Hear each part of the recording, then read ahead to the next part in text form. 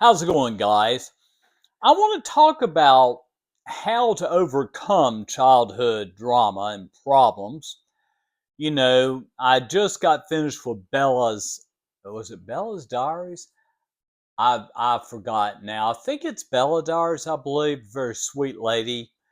She's 21, I believe. Um, I'm sorry I'm yawning. I'm probably going to go to bed very, very early tonight. Most of you already know, I've said this before, that I was abused primarily emotionally by my dad, more so than physically, but there was some physical stuff going on too. My father was basically acting out the same way his second father. Now let me tell you about my dad. My dad was much older than my mother, much older than she was. And basically, it was a sexual thing. It really was.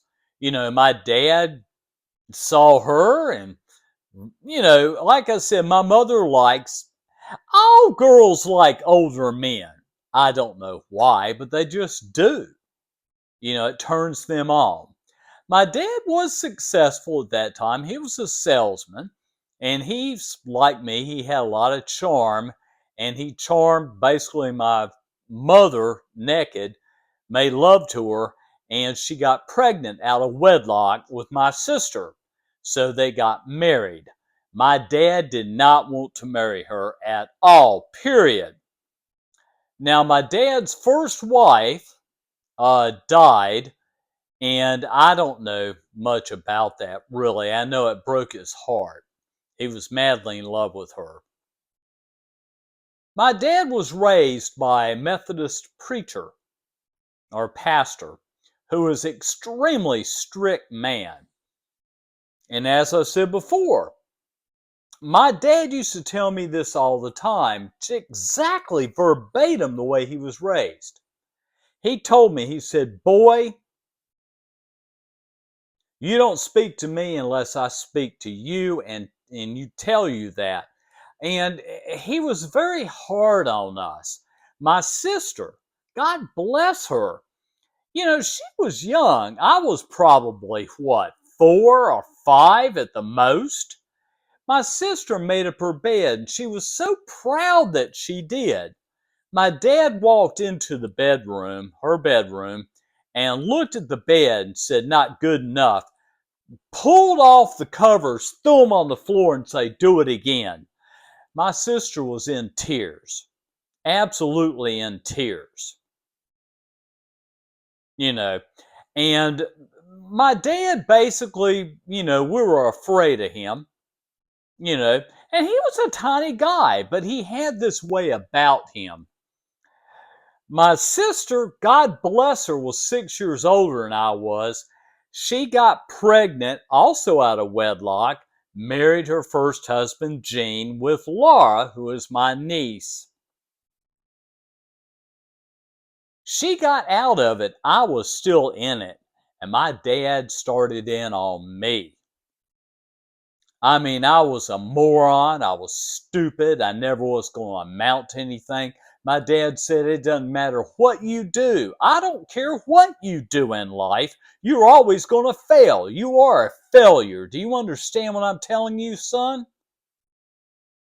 And he was on me constantly. Bella Diaries talk about suicidal. I was too. I didn't do it, but I kept trying to figure out a way to kill myself. I really did. I remember at age 9 or 8 going up to Mary Oaks Elementary School over here in East Charlotte, and I was sitting on the corridor thinking about how I could kill myself.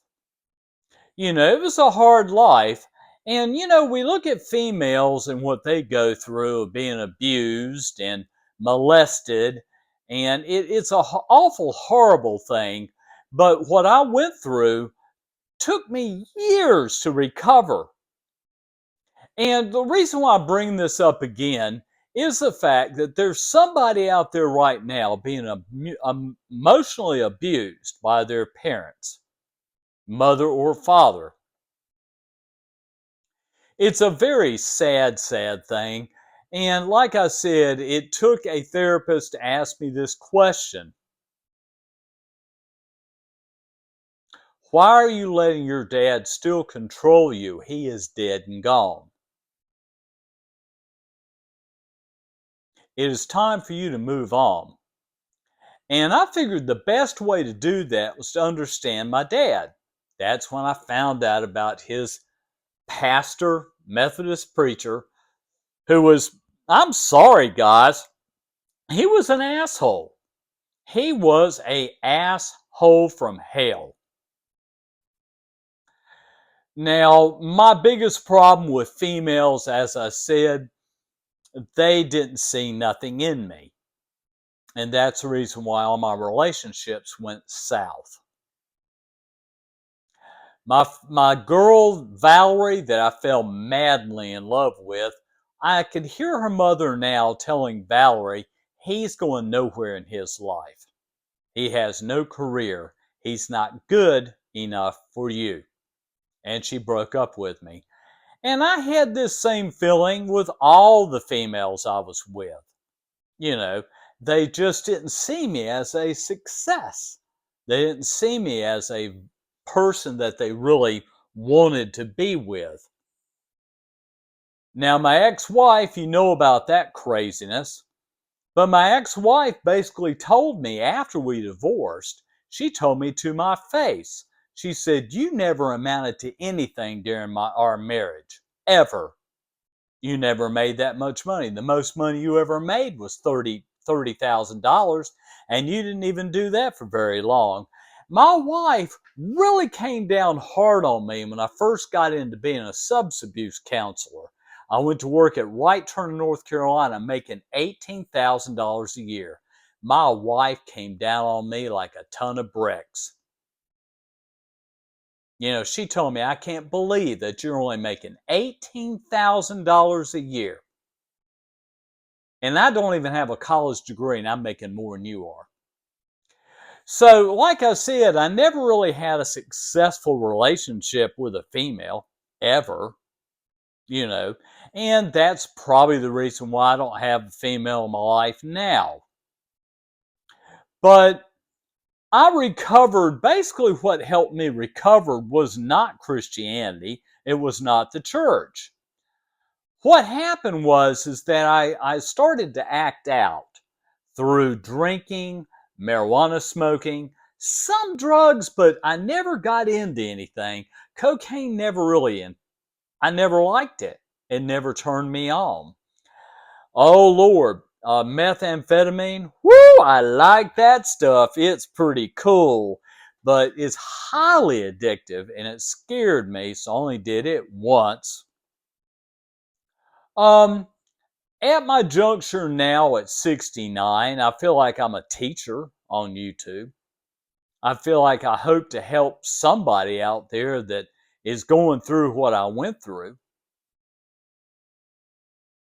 And I always say right now, at this very second, there's a child crying like I used to, hiding in a corner somewhere, hoping their parents or parents not going to find them.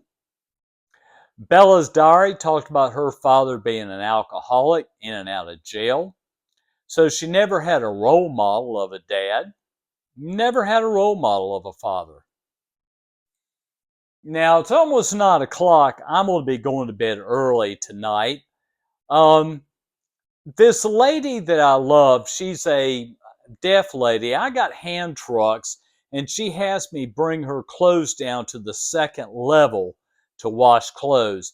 I'm nervous going into that room, and I'm looking to see if I got any bed bugs on me. That's the reason why I pay to have my clothes washed. Now, like I said, guys, if you're emotionally abused right now, if you're in school, talk to a counselor, school counselor, and tell them what you're going through. You have to get it out of your system, because if you keep it inside, the likelihood is you will commit suicide. And it's really a bad thing to do. I always felt this: if you commit suicide, you're cheating yourself out of a great life. Emotional abuse, I will say, is more damaging, and it cuts like a razor blade, and it stays with you for years and years.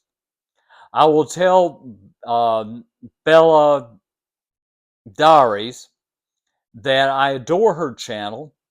I'm happy that she found Christianity and is using that as a catalyst of positivity. I'm going to go ahead and end this vlog. I'm going to bed early tonight. And guys, like I said, I had a rough childhood, and I acted out. I acted out. My mother even sent me to a military school in Chattanooga, Virginia, Hargrave Military Academy. But when I got out, I was still acting out. I just wanted to get drunk all the time and stoned all the time, because inside myself, I saw myself as a failure of a man. And I hate the fact that my relationships and the way girls see me is much different than what I wanted it to be. I always wanted a girl to love me, care for me, and stay with me, but it just never happened. Thanks for listening, guys.